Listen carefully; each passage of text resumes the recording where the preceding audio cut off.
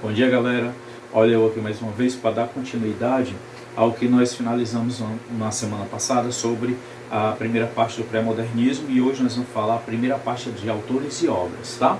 Então, o que é que eu posso trabalhar aqui com a primeira parte? Olha só, nós temos aqui Euclides da Cunha, a imagem dele, nasceu em Cantagalo em 1866 e faleceu no Rio de Janeiro em 1909, tá? Aos 19 anos, em idade de escolher uma carreira, Euclides optou pela engenharia civil e estudou nas escolas politécnica e militar, certo?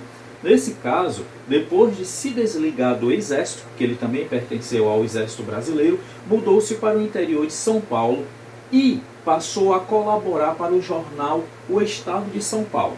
Nomeado superintendente de obras públicas do Estado em 1896, trabalhou exatamente, em princípio, em São Carlos do Pinhal, com a exploração do conflito em Canudos e em suas sucessivas derrotas das forças governistas contra Antônio Conselheiro. Euclides foi enviado para o sertão como correspondente do jornal em agosto de 1897, para testemunhar o que estava ocorrendo. Ao regressar de Canudos, em 1899, certo? Foi transferido para a cidade de São José do Rio Pardo, em São Paulo, onde deveria construir uma ponte sobre o Rio Pardo. Lá escreveu Os Sertões, obra que publicaria em 1902, o que o consagraria no panorama cultural brasileiro. Essa obra dos Sertões está dividida em 3 partes, certo? A primeira parte foi aquela que Euclides da Cunha ela começou a escrever exatamente sobre os problemas que o Brasil estava sofrendo, né? Em questão da parte agrária, da distribuição de terras. Na segunda parte, ele falou exatamente sobre a Guerra de Canudos, o que ele estava escutando pelo rádio. E a terceira parte foi a parte mais realista, porque ele ganhou do governo uma viagem até as trincheiras, onde ele viu a guerra de perto. E ali ele pôde escrever todas as cenas e todas as ações sanguinárias que estavam surgindo naquela guerra, né? Contra o Antônio Conselheiro e os seus seguidores. Então ele escreve nessa obra Os Sertões toda essa passagem, né? Catastrófica sobre a Guerra de Canudos. Então aqui nós temos as características de Euclides da Cunha. Principalmente, ele faz uma análise do Brasil nos aspectos histórico, social, geográfico, cultural e humano, certo? Discurso altissonante, antitético e hiperbólico. Romance poliforme, ou seja, contendo história, ciência, literatura e jornalismo. Uma linguagem culta de vocabulário científico, certo? Uso de teorias científicas também, porque ele fazia parte dessa área da ciência como pesquisador, né? E filosóficas do período. Consolidação da verdadeira imagem do sertanejo, né? Atitude de denúncia da realidade sertaneja, registro histórico do messianismo no Brasil e similaridades com o próprio Antônio Conselheiro. Origem sertaneja. O avô de Euclides era da Bahia, os dois foram traídos, tinham o dom da escrita e da oratória. Isso aí são as características de Euclides da Cunha, certo? Temos também aqui uma sinopse de uma obra que ele escreveu, Desejos.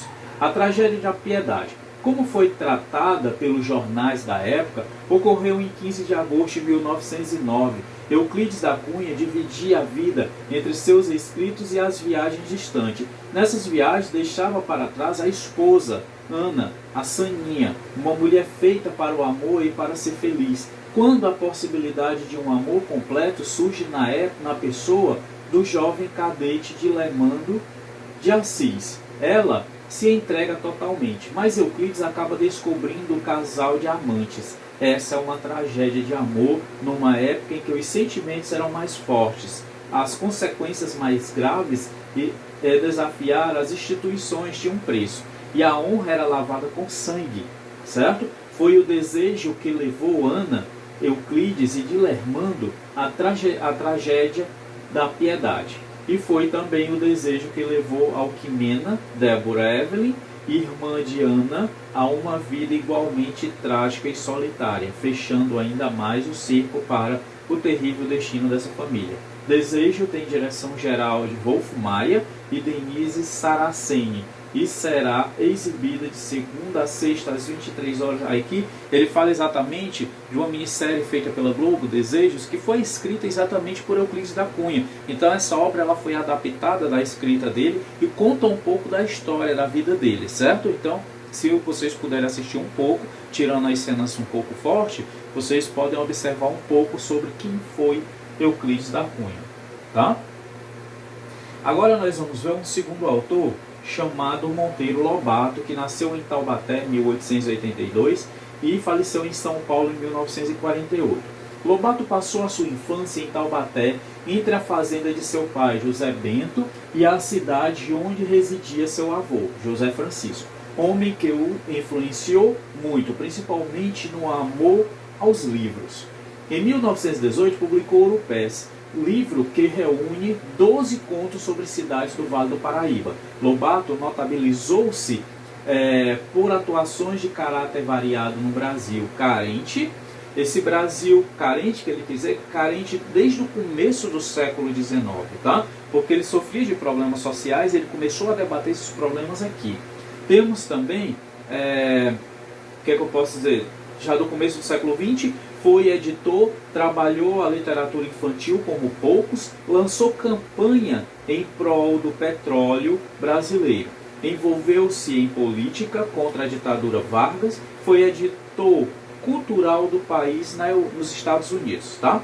Escreveu artigos, críticas, prefácios, um livro sobre a importância do petróleo e do ferro e um único profético romance, O Presidente Negro. Nessa parte do Presidente Negro, ele cita na história, dentro do livro O Sítio do Pica-Pau Amarelo, um dos episódios é uma premonição em que naquela época ele já citava que a maior nação do mundo, que era a nação dos Estados Unidos, a nação mais poderosa, teria um presidente negro.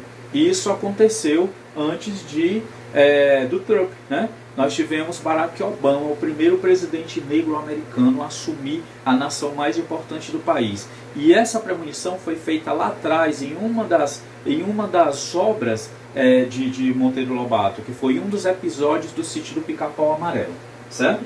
Características do autor: literatura infantil, texto de cunho pedagógico, análise da realidade brasileira, misto de fantasia e realidade, crítico do modernismo, contos do cunho realista e naturalista, nacionalismo crítico e visionarismo, ou seja, ele tinha visões do futuro, certo? Então aqui, ó, nós temos os personagens principais do Sítio do Pica-Pau Amarelo, tá certo?